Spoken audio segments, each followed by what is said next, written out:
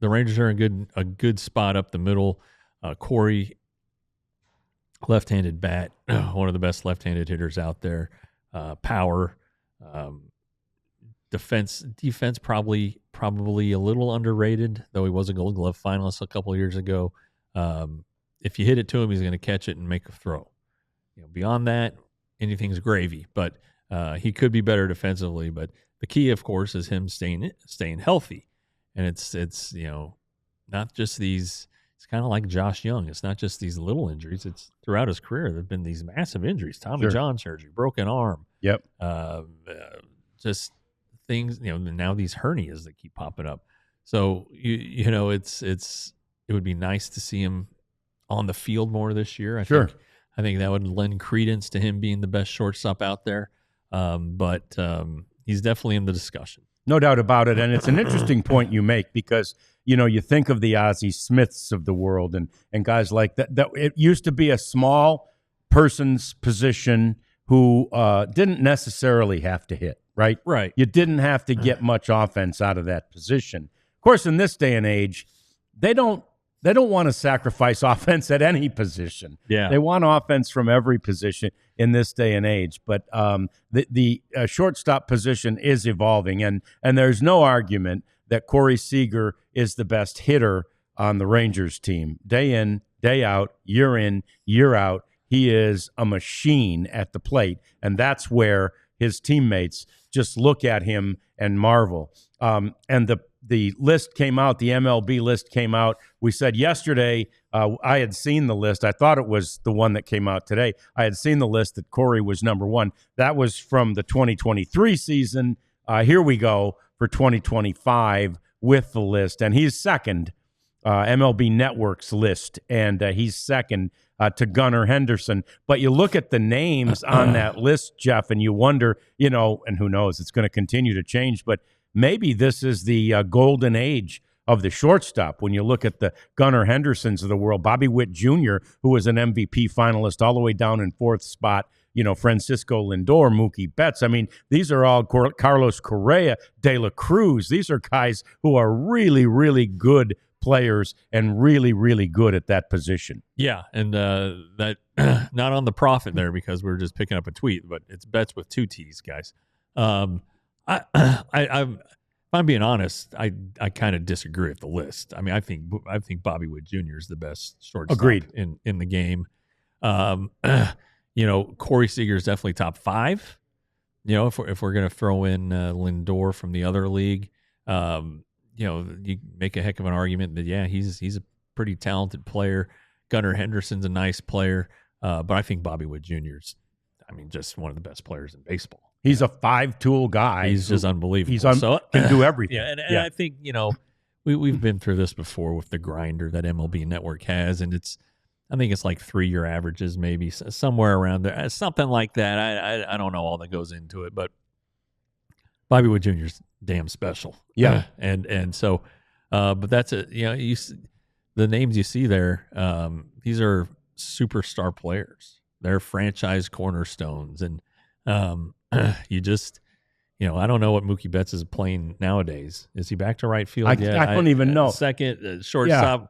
All right, whatever. He's been on about 5 lists. Well, anyway, yeah. Where does he go? Because if it's a base on 3 years, well, it's really hard to put him there. But just again, great players making a ton of money, and $300 million contracts. Gunnar Henderson's is coming soon. Bobby Witt signed a very team-friendly contract with the Royals. So nice for them, nice for him. It wasn't cheap. It's not like he signed for $1 million a year, but still. And he's so young that he'll hit free agency. He's going to hit it again. It's going to be an active player. So, if All About Sports Zone asked, what would your top 10 shortstop look like? Gentlemen, must be talking to you. Bobby Witt 1. Maybe I would probably go Lindor, Seager, Henderson. I was going to say Lindor second. He didn't have a great year. Was it last year or the year before? Year before. Last year he was MVP runner-up. Yeah. Year before he didn't have a great year. And again, if you're going grinder and you're going to 3-year composite, that year would bring down the average, I suppose. But yeah, I'd think Lindor is the second best behind Witt. I'd probably go Seager third though. Ellie De La Cruz has something to say. Great player, great arm, exciting player. He's probably the number one most exciting player. He might be more exciting than Ohtani. Just all that he can do with his feet and his arm. Yeah, the speed is also hit the power. Trey Turner 10th on that list. It's a pretty deep list. Yeah, if that tells you anything. So, it's interesting. But Seager, though, his importance to the Rangers can't be understated. And really, though, the injury in 23 kind of they survived that. Then he comes back and, of course, as the World Series MVP, they don't win the World Series without him. Runner up to the MVP that year. Unbelievable numbers considering how many games he missed. Yeah, 33 homers. I think he still led the league in doubles, or he had 41 of them at least. So, wow, what a season! And I think that was like in 119 games. Yeah. So keep him on the field. That's got to be the number one thing for him.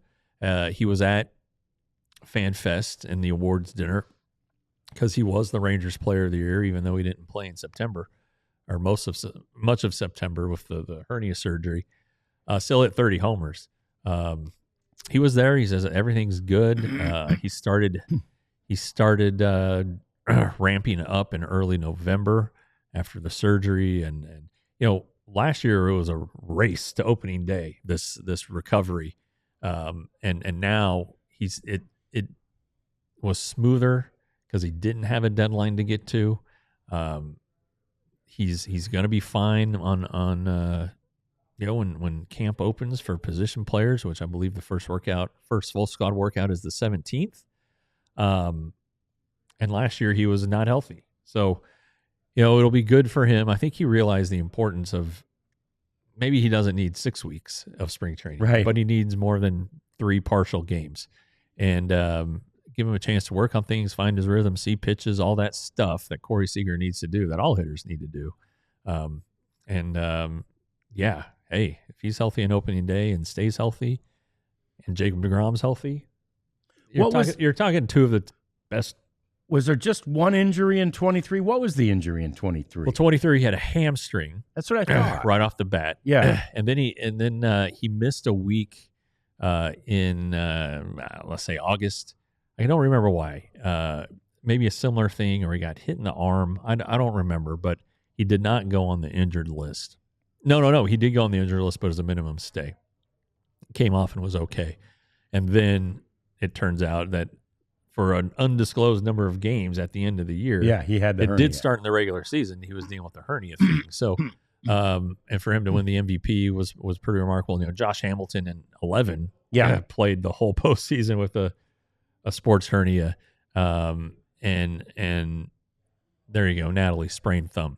So, anyway, you can do it, but you don't want to do it. And I think the Rangers were hoping it would have gotten better last offseason with time and rest and strengthening it, and it didn't work. So they were proactive on this one, and now he should be, by all indications and what he said, ready to go for spring training. Yeah, it'd be sure nice to see him out there for 145 games, or more, but give me 145. I'm pretty happy. Yeah, sure. And be smart about him, which Bruce Bochy is. Pair him with an off day. Give him a number of DH days. And when you pair him with an off day, you're getting 2 days off and missing just one game. It's a 2-for-1 situation. But be smart with them. Take care of this guy, because when he's on the field, obviously he does an unbelievable amount of damage.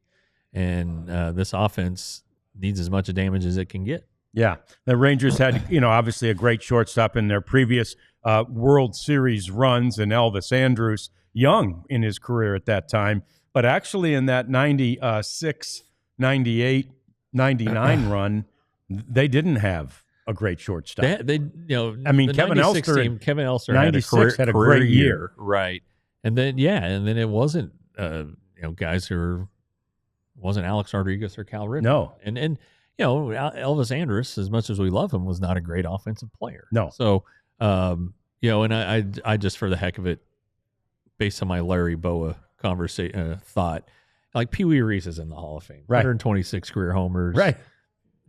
99 OPS plus, which is slightly below average. Guys like that, but he stole bases. He got on base. Luis Aparicio, I'm assuming, who's in the Hall of Fame, is probably, I think he's the only player from Venezuela. Yeah, I think that's right. If I'm not mistaken, but I'm sure it's right around there. Let's take a look. He played forever too. Jeez. 83 career homers. Wow. 262 average. Yeah. 311 on base. 82 OPS plus. I mean, that gets you cut these days. Right. And so you can just, but that just kind of tells you how the position, it's been important. It's evolved. You need guys up the middle to play defense, but now you got to hit home runs. Yeah. In those days, you were a defensive specialist.